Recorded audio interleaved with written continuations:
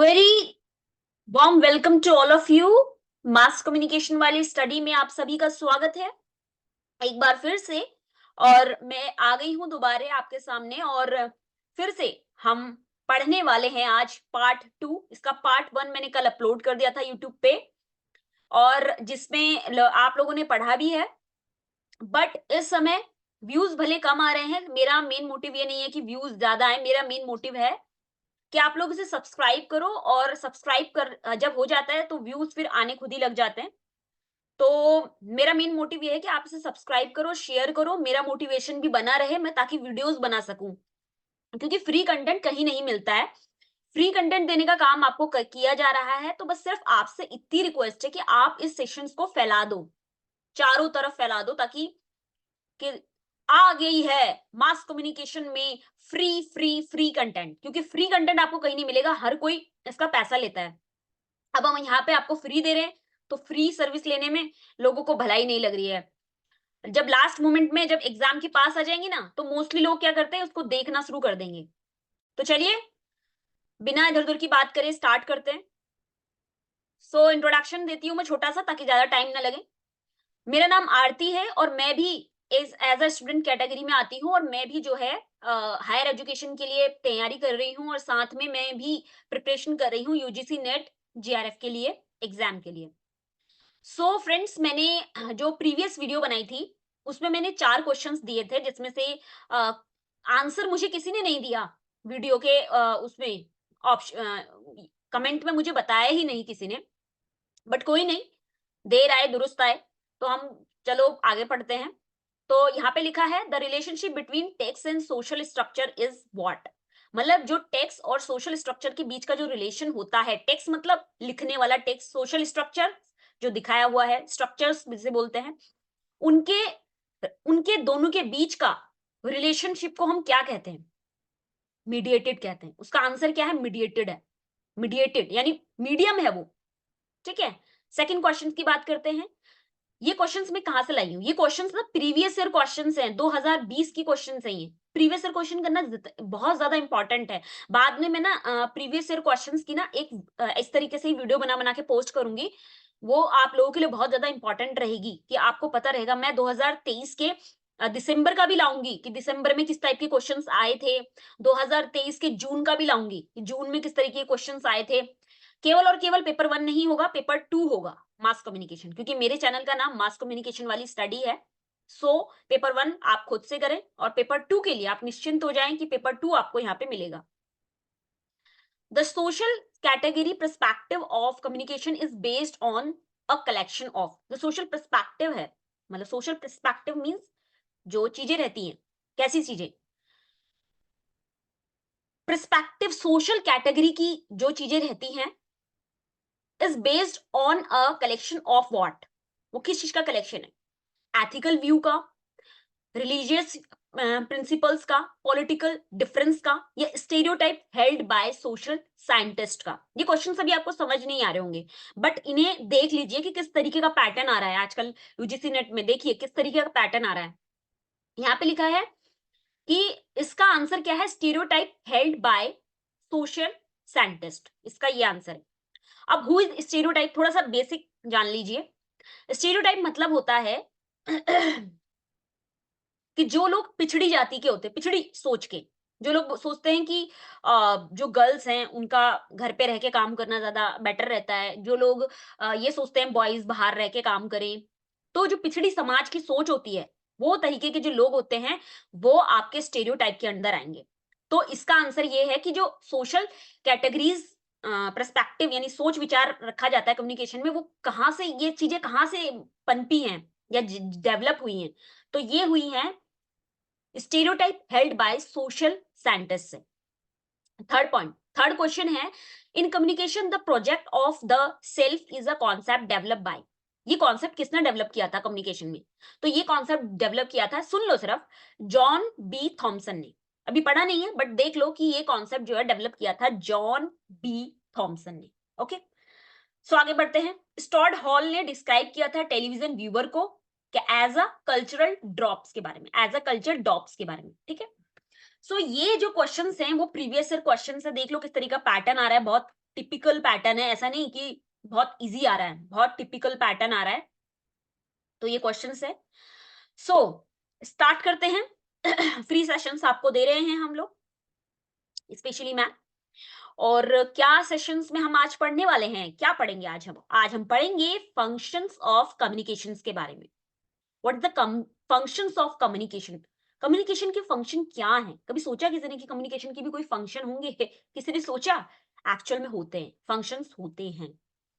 सबसे पहला education. Education is the functions of communication. How? If आप और मैं कम्युनिकेट कर रहे हैं यूट्यूब की मदद से, क्लासरूम में कम्युनिकेशन हो रहा है, नॉलेज को ट्रांसफर किया जा रहा है, एजुकेशन मिल रही है, functions of communication. Second point, information. Information हमें कहीं से भी मिलती है by the help of communication. हमें न्यूज की फॉर्म में इंफॉर्मेशन मिलती है, हमें बुक्स की फॉर्म में इंफॉर्मेशन मिलती है, यूट्यूब से हमें इंफॉर्मेशन मिलती है, because we are a 21st century. So इस समय इंटरनेट इतना एडवांस तरीके से फैल चुका है ना, फली फूल फूल रहा है, जैसे फ्रूटफुल हो रहा है कि हमें इंफॉर्मेशन मिल रही है। The third point is cultural promotion. Cultural promotion. So culture को भी हम यहाँ पर प्रमोट कर रहे हैं with the help of communication. How? Festivals के बारे में आज में पता है, आपने पार्टीज के बारे में हमें पता है, सेलिब्रेशंस के बारे में हमें पता है। कैसे?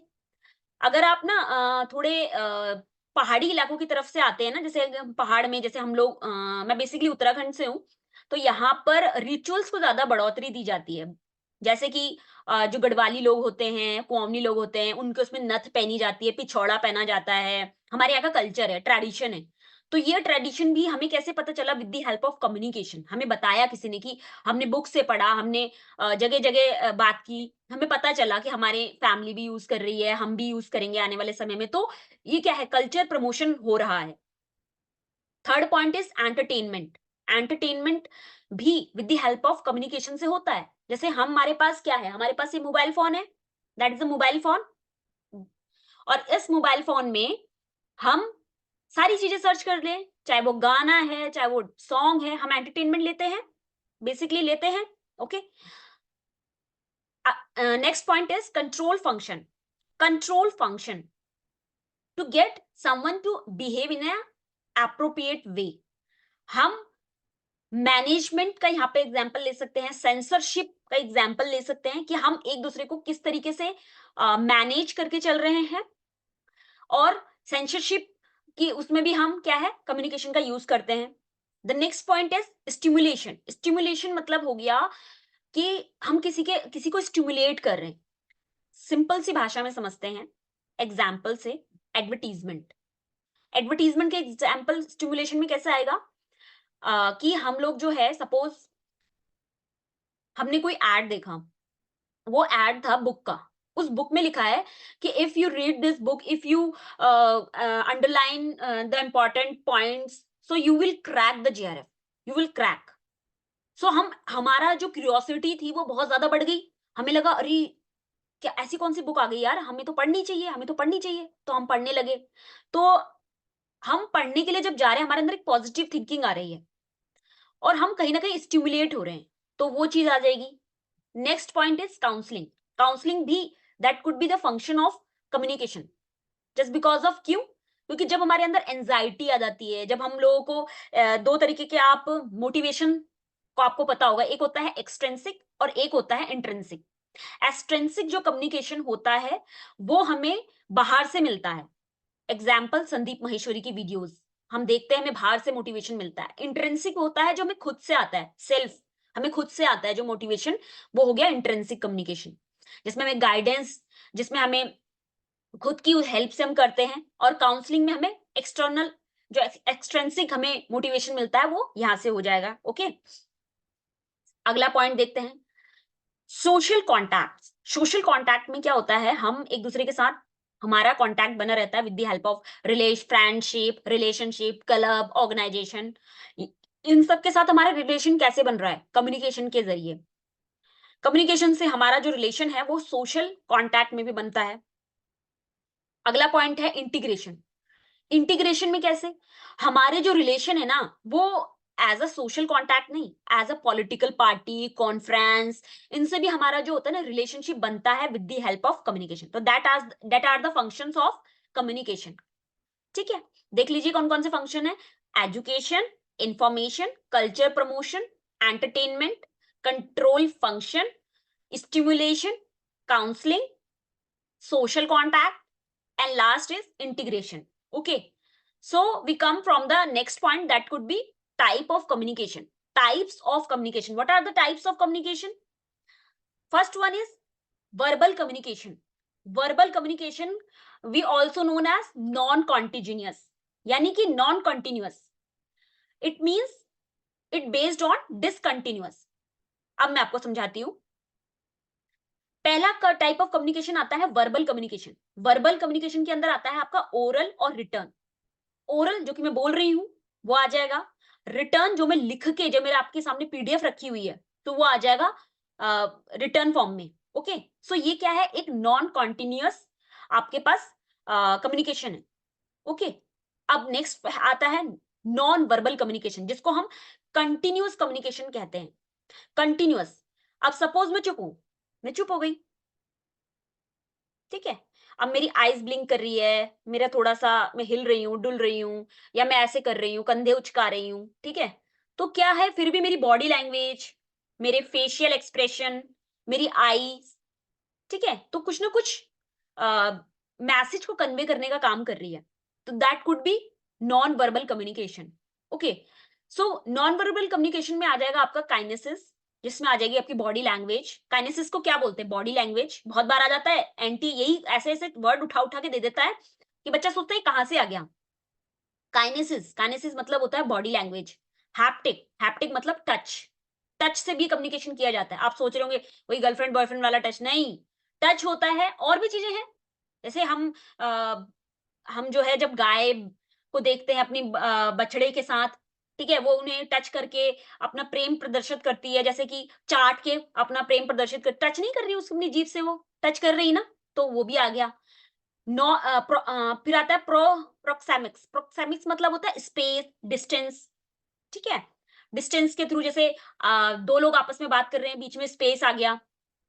और क्रोनैमिक मतलब हो गया लैंग्वेज ऑफ टाइम, टाइम की लैंग्वेज आ जाएगी यहाँ पे। साइन लैंग्वेज, जैसे मैं ऐसे कर रही हूँ तो ऑल द बेस्ट, या मैं ऐसे कर रही हूँ तो 2 मिनट्स, ठीक है, तो ये साइन लैंग्वेज हो जाएगी। क्रोमैनिक, एक होता है क्रोनैमिक, क्रोनैमिक हो गया टाइम से रिलेटेड, एक होता है क्रोमैटिक, क्रोमैटिक होता है लैंग्वेज ऑफ कलर, कलर की भाषा, आप समझते हो, जैसे आप red light, green light, yellow light, तो ये सब क्या है, लैंग्वेज ऑफ कलर में आ जाएगा। अगला है पैरा लैंग्वेज। पैरा लैंग्वेज में आ जाता है आपका पिच, वॉल्यूम, रिदम, ये सब जो होता है ये आपका पैरा लैंग्वेज के अंदर आ जाएगा।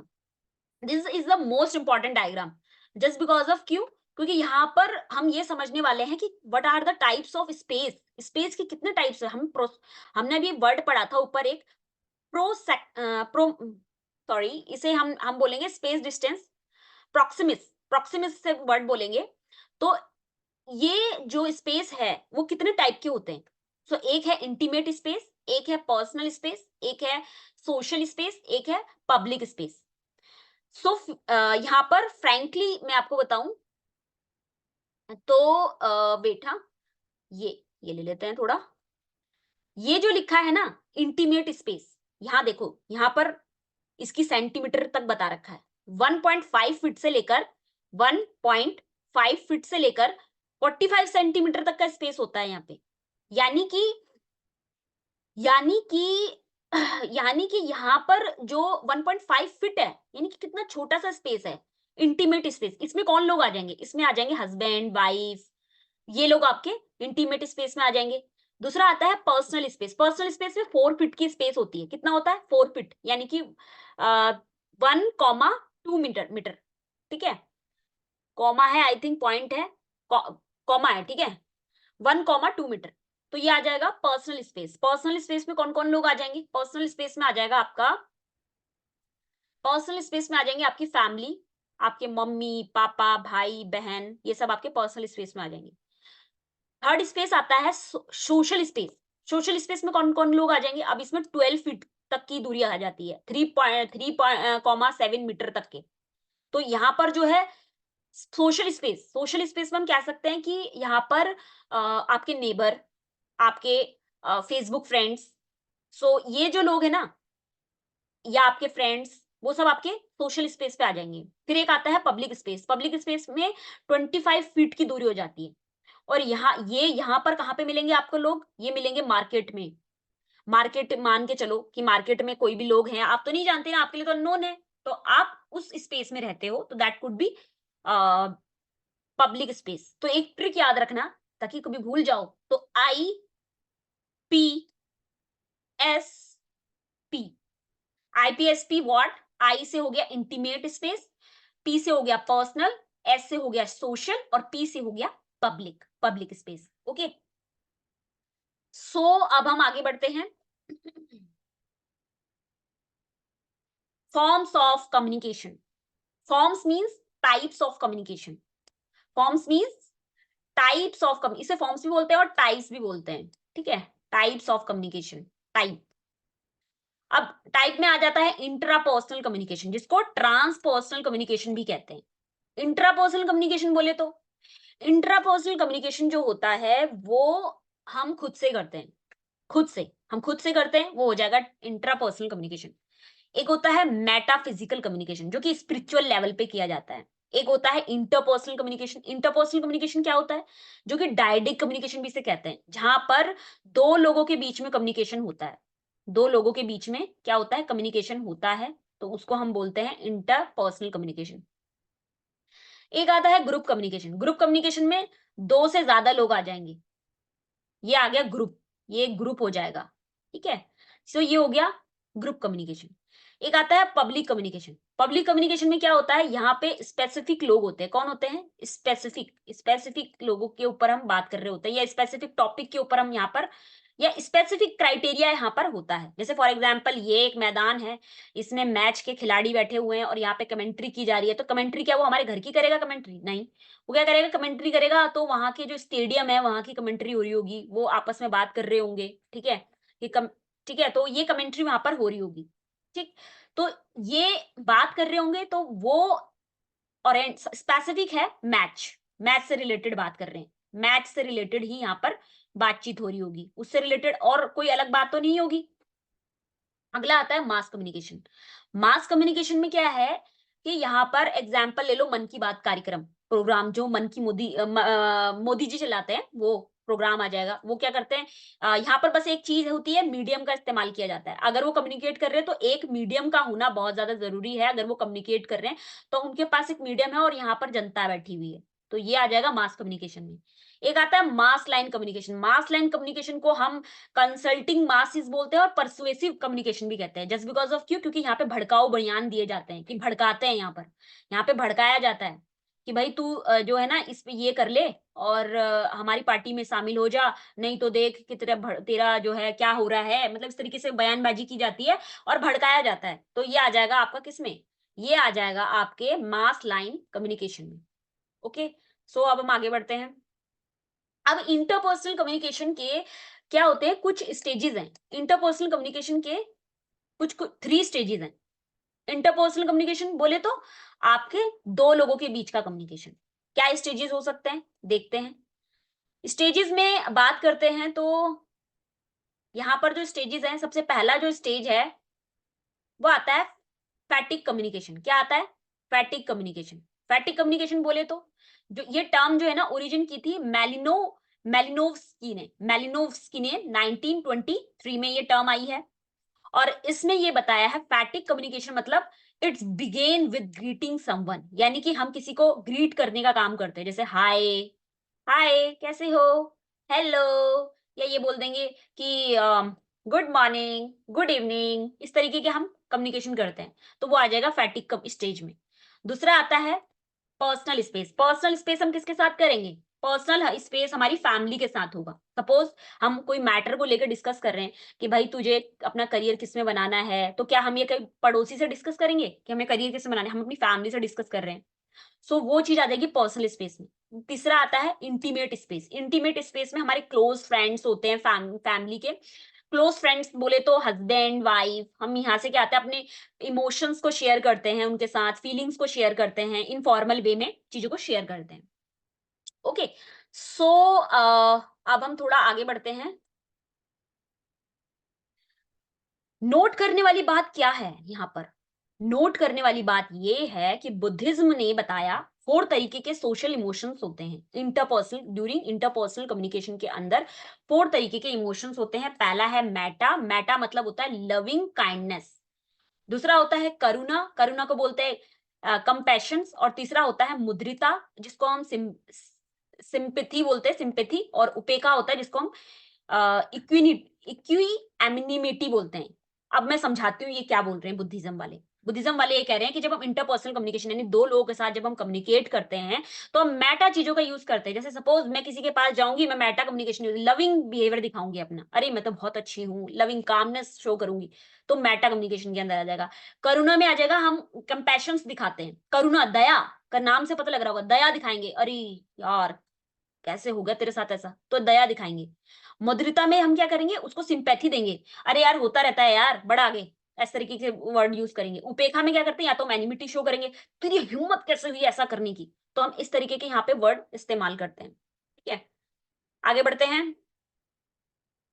अब ये वर्ड मैं समझा चुकी हूं। डायडिक, फिर भी समझ लीजिए, डायडिक कम्युनिकेशन, जहां पर 2 लोग 2 पर्सन होते हैं, जहां पर सेंडर रिसीवर होता है और रिसीवर सेंडर होता है। समझ आई? यहाँ पे 2 लोग होते हैं जो आपस में कम्युनिकेट कर रहे होते हैं। जैसे सपोज ये हो गई साक्षी और ये हो गई सीमा। तो साक्षी सीमा से बोल रही है, सीमा साक्षी से बोल रही है। कभी साक्षी जो है सेंडर बनी हुई है, कभी ये रिसीवर है, तो कभी ये सेंडर बनी हुई है और ये रिसीव कर रही है। तो ये हो गया डायरेक्ट कम्युनिकेशन। अब आता है ग्रुप कम्युनिकेशन। ग्रुप कम्युनिकेशन में 2 या 2 3 लोग से ज्यादा लोग मेंबर होते हैं, स्मॉल ग्रुप होता है और आपस में इंटरपर्सनल कम्युनिकेशन करते हैं। जैसे सपोज ये देखो, ये ग्रुप बना दिया मैंने, इसमें ये बैठी है सुरेखा, ये वो बैठी है रीमा, ये बैठी है कालू, ये बैठी है नंदनी। तो ये आपस में क्या कर रहे हैं, डिस्कस कर रहे हैं। तो ये आ गया ग्रुप कम्युनिकेशन। एक आ गया पब्लिक कम्युनिकेशन। पब्लिक कम्युनिकेशन में मैंने क्या बताया, यहाँ पर lecture in a university classes में बताया क्या, ये लेक्चर कहाँ के लिए प्रेफरेंस इंपॉर्टेंस है, ये है यूनिवर्सिटी में। क्या यूनिवर्सिटी के बाहर के लोगों के लिए इंपॉर्टेंट है? नहीं। तो उसी तरीके से मैंने मैच का एग्जांपल दिया था, वो मैच किसके लिए इंपॉर्टेंट है, मैच में आए हुए लोगों के लिए, जो वहां की ऑडियंस है। बाहर वाले भले देख रहे हो, ऑडियंस में देख रहे, लेकिन जो इंटरेस्ट शो करेंगे मैच के लिए, उनके लिए इंपॉर्टेंस है ना। ये आ जाएगा आपके पब्लिक कम्युनिकेशन। सो अब हम आगे बढ़ते हैं। अब ये देखो, यहां पर मैं पेन ले लेती हूँ।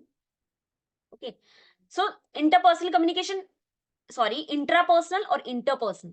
अब यहाँ पर देखो, जो इंटरपर्सनल होता है, इंटरपर्सनल वो 1 लोगों के बीच में होता है और यहाँ पे 2 लोगों के बीच में होता है। यहाँ पे जो होता है ना, यहाँ पे थिंकिंग हम खुद से कर रहे होते हैं और यहाँ पर जो है हम अपने आइडिया को शेयर कर रहे होते हैं।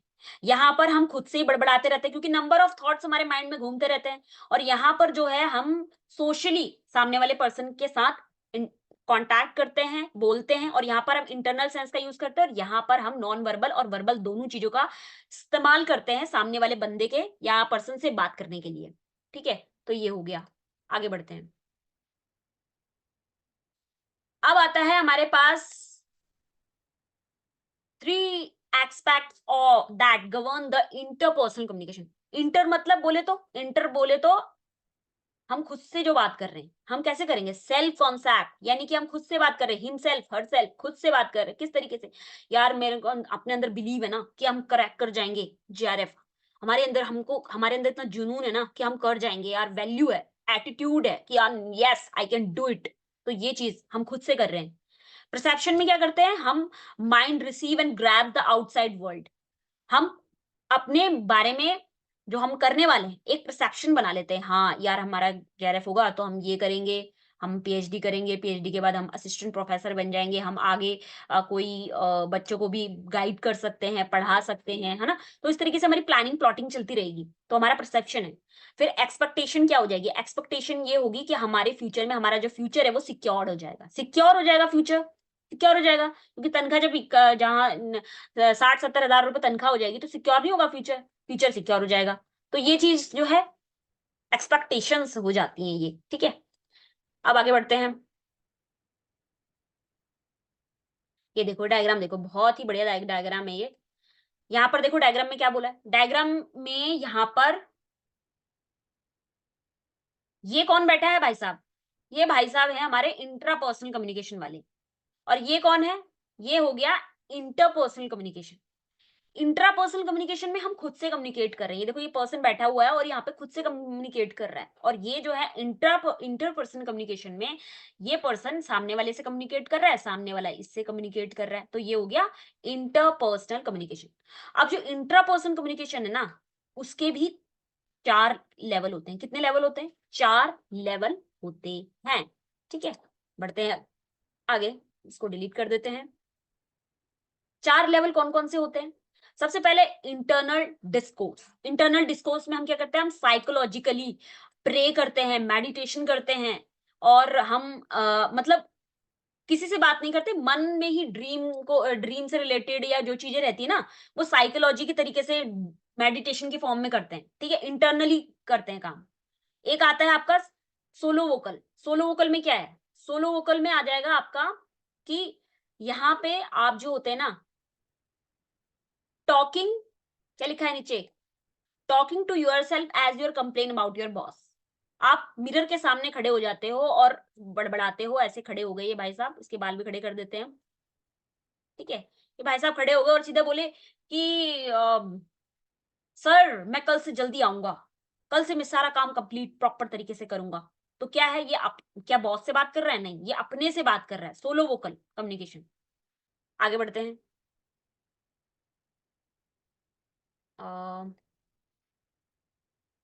ओके, ठीक है, सोलो वोकल हो गया। अब सोलो रिटर्न भी आता है। सोलो रिटर्न, सोलो रिटर्न में क्या करते हैं, सोलो रिटर्न में हम डायरी, पर्सनल डायरी में लिखते हैं, अपने बारे में चीजों को लिखेंगे। हम किसी से नहीं बोल सकते ना, तो हम अपने बारे में लिखेंगे, हाँ मैं ये ऐसा ही है, ये वो ऐसा है, ये है, ये है, ये है, इस तरीके से लिखेंगे। फिर ट्रांसपर्सनल कम्युनिकेशन में क्या होता है, ट्रांसपर्सनल कम्युनिकेशन में स्पिरिट, डिवाइन, एंचेस्टर, इन सबसे बात की जाती है। स्पिरिट्स हो गया, डिवाइन होगी, एंचेस्टर्स हो गए, इन लोगों से बात की जाती है।